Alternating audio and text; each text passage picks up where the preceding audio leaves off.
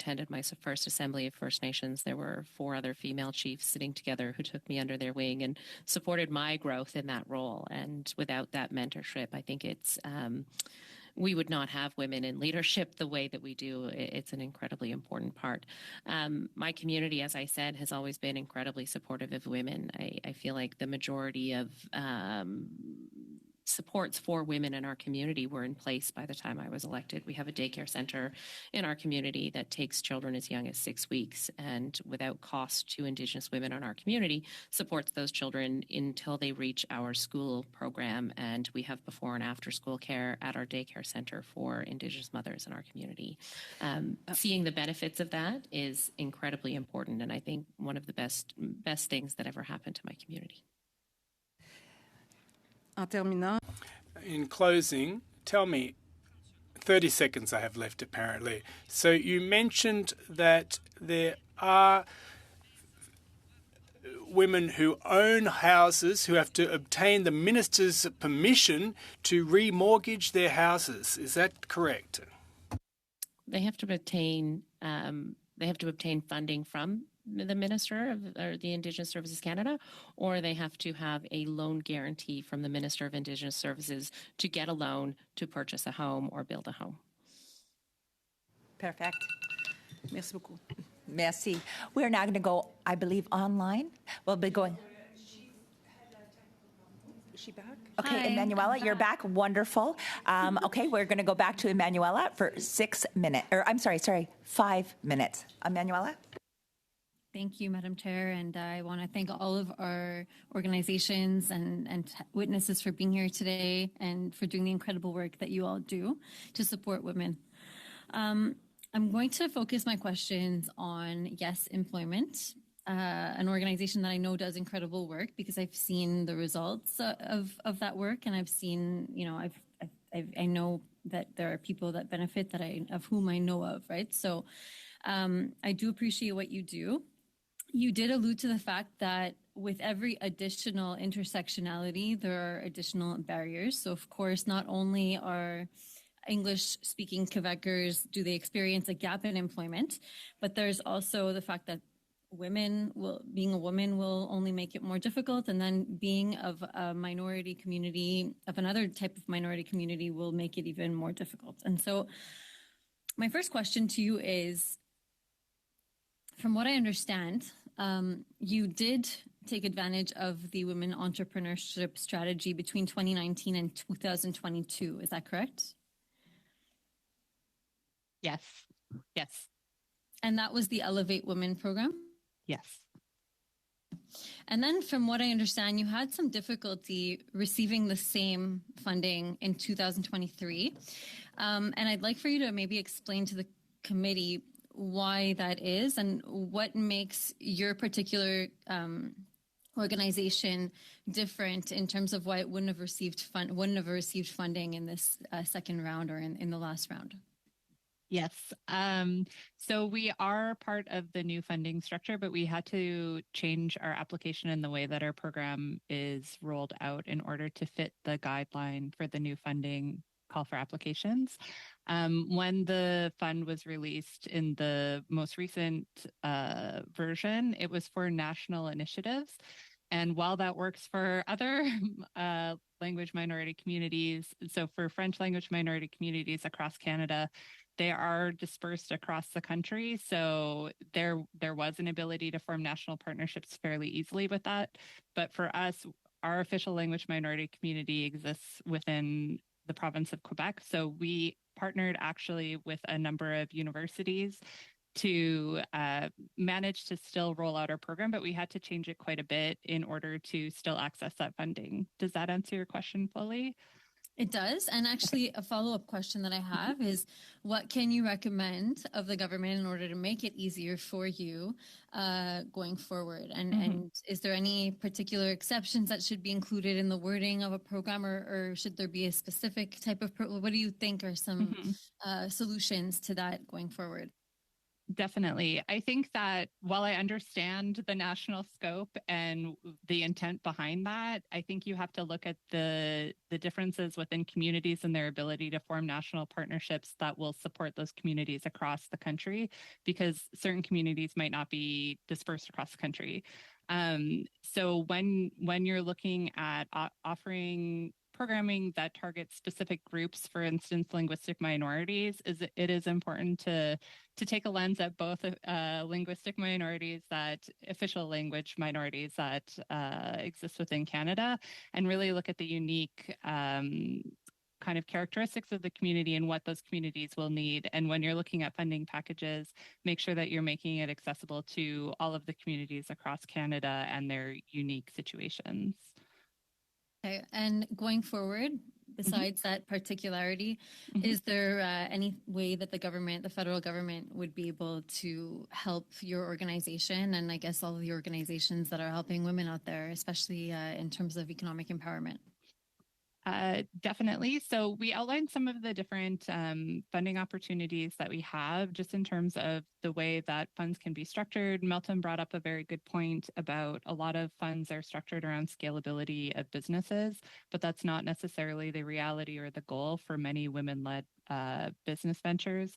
A lot of them are focused more on sustainability or social responsibility. So making sure to be inclusive of that. I think also offering holistic support, so wraparound supports, really help us create accessible programs. Earlier, we talked a little bit about e-learning. Technology investments are very important in creating accessible programs, but also creating funds that allow for us to allocate technology to participants so that they can access those, because not everybody has access to internet or computers all the time, or technology that they might have access to internet or computers, but not that can run at the level that we need for e-learning programs. Perfect. So, Thank you very much. We're just going to continue with our final two questionnaires, and we're going to pass it over to Adrienne LaRoche. Adrienne, 2.5 minutes. Merci beaucoup. Thank you very much, Madam Chairperson. Thanks again to the witnesses. We're learning new things today, in fact. As for my second line of questioning, I'll direct my questions at you, Ms. Cooper. In your opening remarks, you referred at length to the issue of safe and secure housing and combating domestic and intimate partner violence and addressing poverty. Now, recently, we've learned that the only federal program that deals with homelessness, that program is called Vivre chez soi. So what message is the government sending out, given the breadth and width of the homelessness crisis?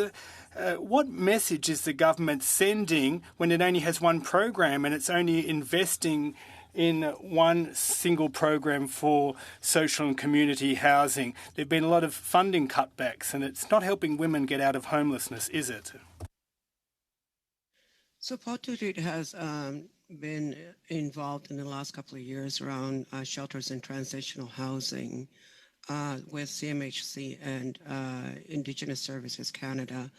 And we've made every effort to make sure that we provide supports to Inuit women in Inuit Nunangat.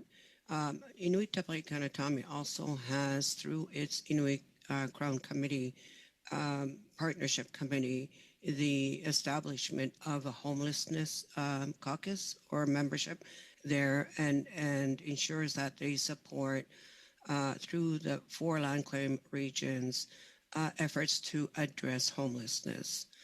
In relation, but just going back to the question on Ms. Yazan, I'm very happy to respond in a written format, and I know that time is very sensitive today.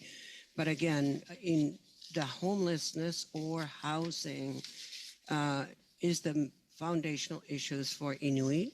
And if we're going to combat this, it means partnership at all levels of government.